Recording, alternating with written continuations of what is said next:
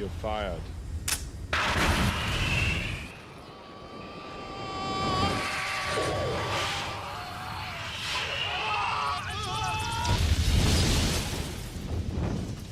Now, I imagine firing your job would not be that climactic, but imagine how liberating it would feel to fire your job. I am talking about you firing your job and replacing your existing income with passive income.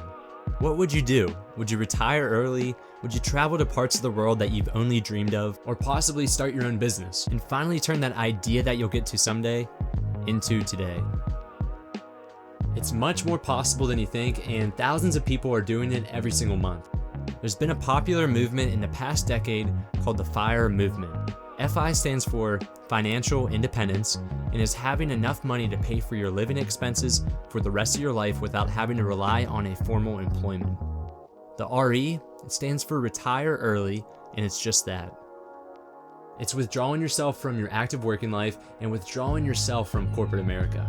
Those who follow the FIRE method, they aggressively save up enough money over the span of a couple years, change their spending habits, and eventually retire to live off their savings and investments. Others, like myself, are on a mission to replace our existing income with passive income to achieve FIRE. I've built over 4 passive streams of income over the past couple years, all of which I share with subscribers on my channel. In this video, I'm going to answer a question that many of you have when it comes to planning for financial independence, and that's how much income and savings do you actually need to fire your job? The good thing is that it's pretty simple, but it's going to vary person by person. The easiest way to calculate how much income you need is to first take a look at your minimum living expenses. These are your reoccurring expenses that you pay each month. This includes everything from your rent or mortgage payment, groceries, credit card debt, to minor charges like your monthly Spotify subscription. What I recommend doing is putting everything into a single spreadsheet and to list it all out. Make sure you don't overlook anything, because the more accurate that you are right now, the better your chances of success are. Don't forget, you'll likely need to add healthcare insurance into the mix if you're planning on becoming self-employed. Add up those charges, and now you know the amount of money that you need each month to sustain your lifestyle. This number is the amount of income that you need in order to fire your job. That way, your lifestyle doesn't change. Additionally, look to cut out some of the unnecessary expenses that you have in order to reduce this number. Ask yourself the question, can I live without this? If the answer is yes, then reduce or eliminate that expense.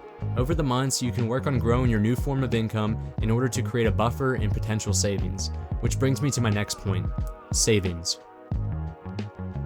So how much savings do I need to save up in addition to my income? As you guessed it, the answer varies person by person, but the rule of thumb is to have at least 3 months of minimum expenses saved up. To calculate this, take the number that we previously calculated and multiply it by 3. This will act as a safety net in the event that your new form of income stops producing. You'll then have 3 months of buffer so you can rebound in the event that something unexpected comes up. Obviously, the more savings that you have, the larger the buffer you have, and the better your chances are of succeeding. I recommend that everyone seeks to achieve the FI in FIRE. That way you can live your life worry and debt-free. However, the RE isn't for everyone, and I don't recommend that everyone looks to retire as early as possible. It may sound nice to kick back on a beach for 30 years, but some people will become bored and seek some type of value creation in their life.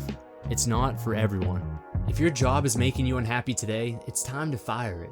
Your life and your valuable time is something that you're never going to be able to reclaim, so if it's making you unhappy, make a change and find something that makes you happy. Create your financial plan with the steps that we discussed and prepare your runway. You'll need to find a new form of income to meet your minimum expenses and then give yourself at least 3 months of safety for the unexpected future events. Throughout all of this, just remember, the best way to predict your future is to create it.